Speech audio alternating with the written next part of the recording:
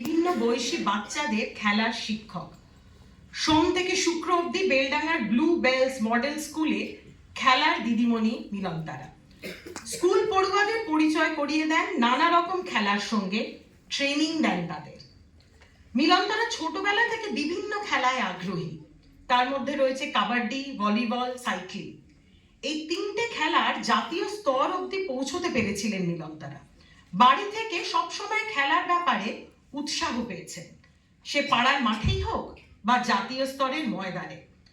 আরো খেলায় জাতীয় স্তরে অংশ নেওয়ার ইচ্ছে ছিল মিলনতারার, কিন্তু পারেননি আর্থিক সংকটের কারণে।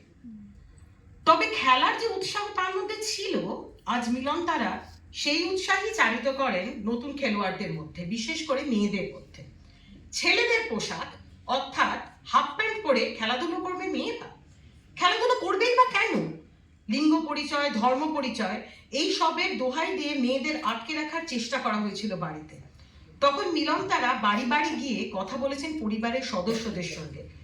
আবার মাঠে ফিরেছে মেয়েরা, অনেকে পৌঁছেছে জাতীয় স্তর অবধি। তবে কথা ওঠে এখনো। মিলনতারা সেই সব কথা উপেক্ষা করে স্কুলের কাজের পর শনি এবং রবিবার ট্রেনিং করার অল্প বয়সী এই খেলোয়াড়দের। মুর্শিদাবাদের বিভিন্ন প্রান্ত থেকে জড়ো হয় তারা। তার ট্রেনিং এ মেয়েদের কাবাডি দল হায়দ্রাবাদের একটি প্রতিযোগিতায় প্রথম হয়েছে। ছেলেদের দল পৌঁছেছিল সেমিফাইনাল অবধি। রাজ্য স্তরে কাবাডিতে রেফারি করেন মিলনতারা, সাইক্লিং এ কোচিং করান।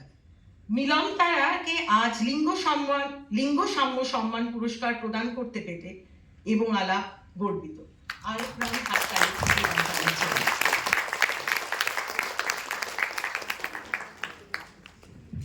আমাদের